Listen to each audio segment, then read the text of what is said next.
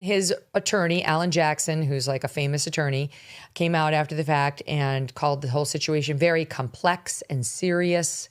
Let's allow the system to move forward in a way it was designed. No one understood exactly what he was telegraphing, but he wants you to know this is very complex. Is it?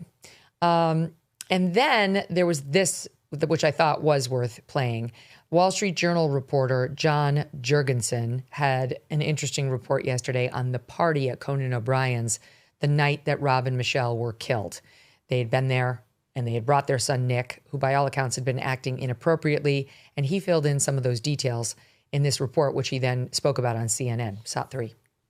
During the party, he was approaching people there, asking questions that in that context seemed confrontational, strange.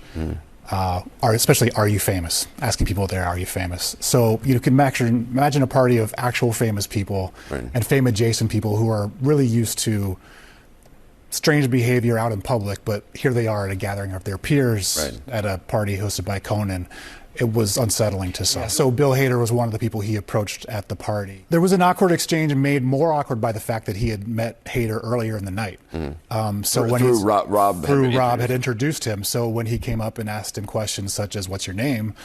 Are you famous? It was unsettling and described as scary from Hader's perspective.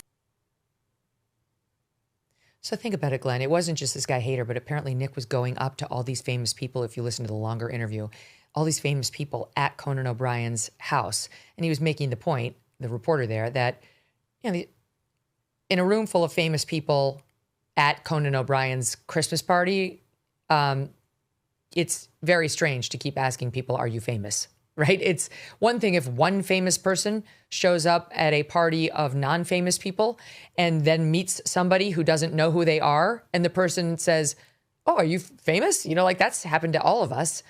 Actually, funny story, just as an aside, Doug and I, one year we went to the Met Gala. We went to the after party after we went to the gala.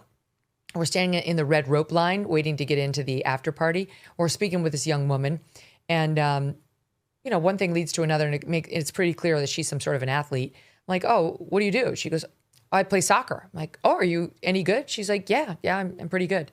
That woman was Alex Morgan, who is in fact very, very good at soccer. So I'm just saying, sometimes you meet somebody who's famous, and if it's not in your wheelhouse, you don't know. That's not what was happening with Nick Reiner. He was behaving weirdly and inappropriately, and it just sort of sets the stage for his bizarre behavior that evening, but not so bizarre he's going to get off on an insanity defense. So I haven't had the chance to ask you about this whole case. Where are you on it? What do you think of it? Because of my husband's political career, I used to be at parties all the time with like big Brazilian celebrities who I don't actually recognize. And probably Brazil's most famous singer came up to me once and said, oh, I'm so happy to meet you. I really respect your work. And I said, oh, what do you do? Just to get it off me. I was like, do you work for this political candidate whose event we're at? And he's like, no, I'm in music. And I pictured him like, kind of playing like a clarinet on the corner. And then my husband was dying of embarrassment, and he interrupted. He's like, Caetano, I'm a huge fan. His name is Caetano Veloso, like the most famous musician in all of Brazil, kind of like the Michael Jackson or Bob Dylan. I was like, what do you do? Do you do you work? Yeah, it was horrible. Anyway, I think, one of the things I think is interesting about this case is that a lot of American families suffer from addiction. It used to be a lot more stigmatized than it was, in the sense that people really thought it was like a moral failing. And here you see, the son of an extremely famous, wealthy person who, by all accounts, was like a very dedicated father, and his wife, a very dedicated mother, doing everything they could for this kid.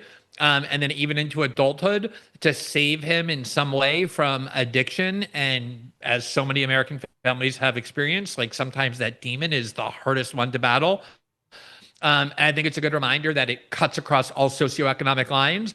And then I also think there's this sort of interesting aspect, if you're poor and you're trying to raise kids, that's very difficult. But sometimes if you're very rich and your kid is born into great wealth, that also can be very difficult, because they might not have motivation. They might, feel like too heavy of an expectation. I think there's a lot of things in this story, kind of like as a morality play, that Americans can learn from.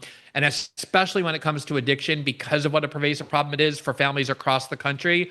I think every time there's a story that involves addiction, it can be important to kind of break down the stigma and create some empathy for families who, might feel like it's their fault, but in reality, it's something that, infects so many parts of society.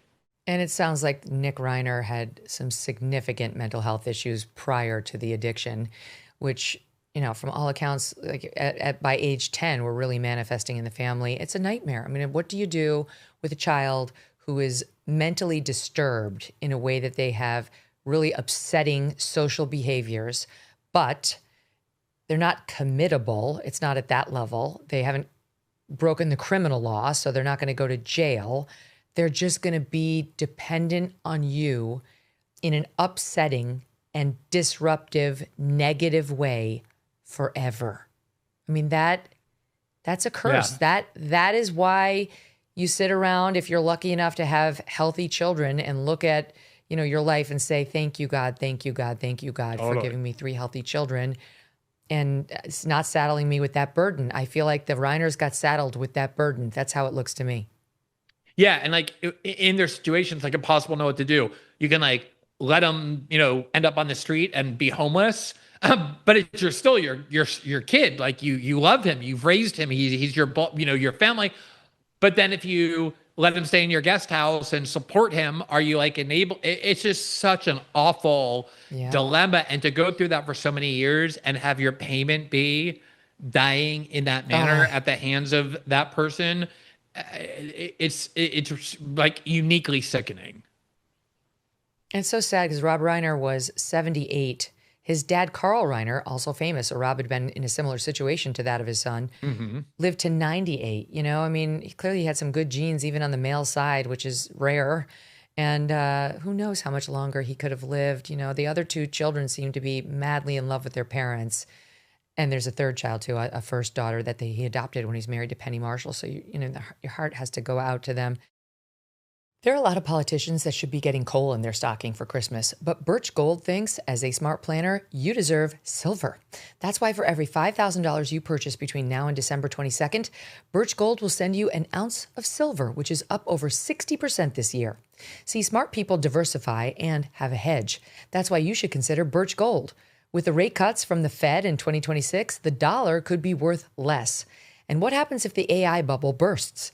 Consider letting Birch Gold Group help you convert an existing IRA or 401k into a tax-sheltered IRA in physical gold. And for every $5,000 you buy, you will get an ounce of silver for you or your kids. Just text MK to the number 989898 to claim your eligibility for this offer. Again, text MK to 989898 because Birch Gold's free silver with qualifying purchase promotion ends on December 22nd. Message and data rates may apply. Thanks so much for watching. If you like what you just saw, hit the subscribe button for more clips and full episodes.